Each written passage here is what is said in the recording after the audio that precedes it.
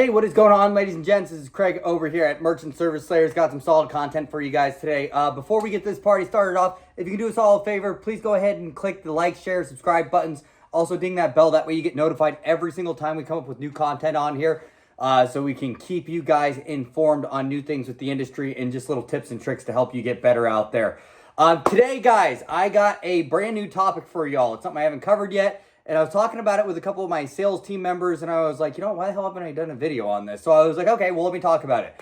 I want to talk about utilizing certain types of tools while you're out there closing in the field, okay? So when you're meeting with prospects. So I realized that a mistake that a lot of my sales staff was making out there is they were just going out there, they were selling off personality. That's a good thing.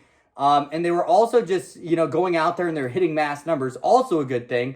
But their closing percentage wasn't really high because they were lacking this one portion, which was having additional tools to help justify what they were trying to go ahead and display to merchants out there, right? So they were going in there as just salespeople, going in there jaw-jacking with them, getting them excited about them, right? And then winning them over or losing them based off of their personality. That's okay. But what will help somebody that's not winning someone over on personality get the deal still is utilizing tools. And those three tools that I want to talk about today, your first one is going to be a Pitchbook. So a presentation book that you can roll through with the merchant. You can show them equipment options. You can show them like receipts, which I'll cover with you here in a second.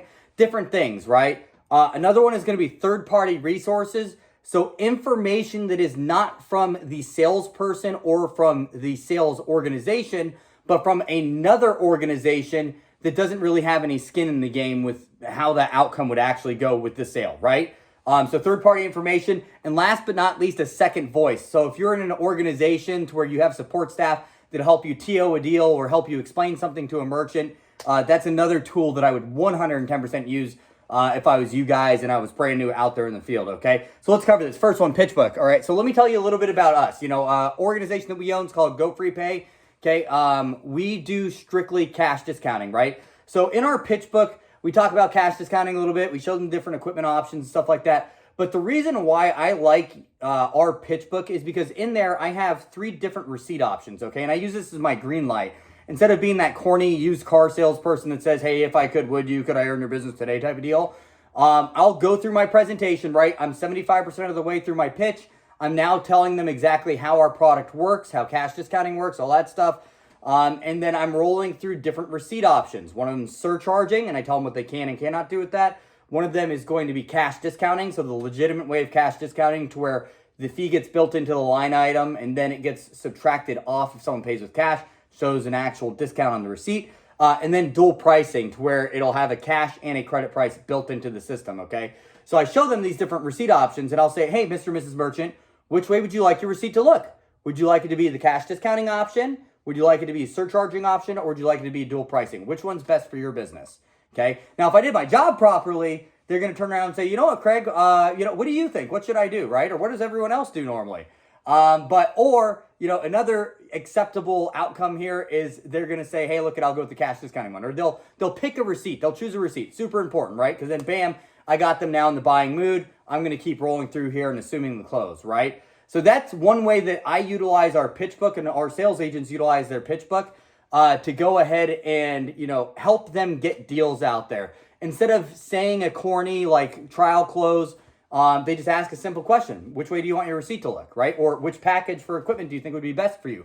After describing the different types and pointing to it and having them also point to it in the Pitchbook itself, right?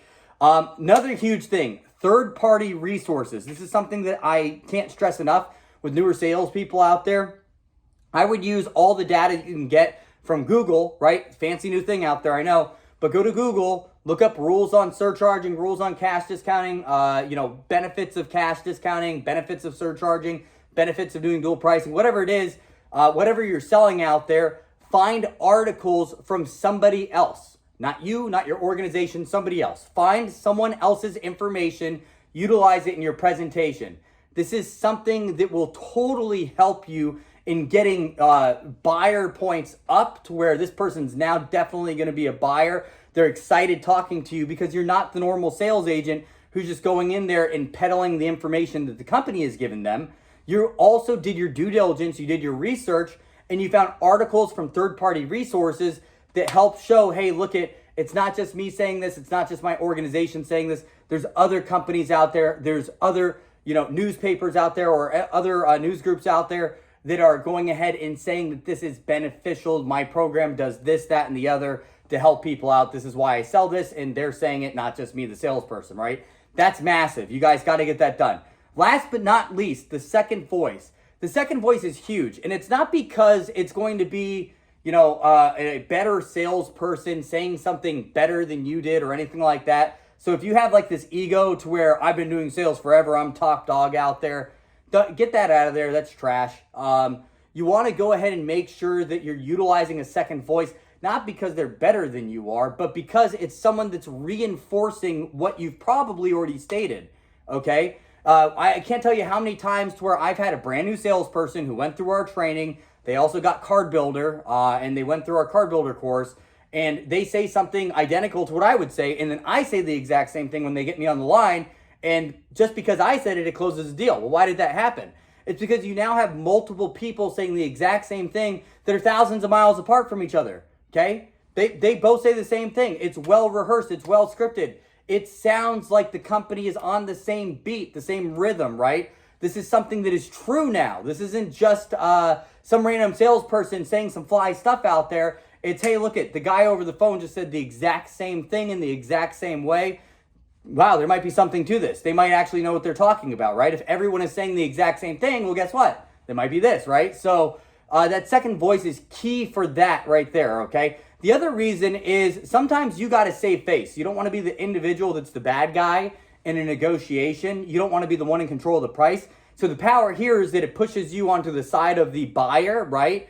You're on the buyer side now fighting to get a better deal for that buyer, opposed to you being the individual that controls the price and the evil salesperson who's trying to make buku bucks off of this one customer, okay? So that's just some tips and tricks out there that'll totally help you guys out. Utilize tools, not just your personality, not just your sales craft and skill, but also utilize tools to go ahead and get a better outcome with the businesses that you're running into out there. That's all I got for you today, ladies and gents. Remember, Slayers, when you're out there, ABC, always be closing. Have a great day, everybody.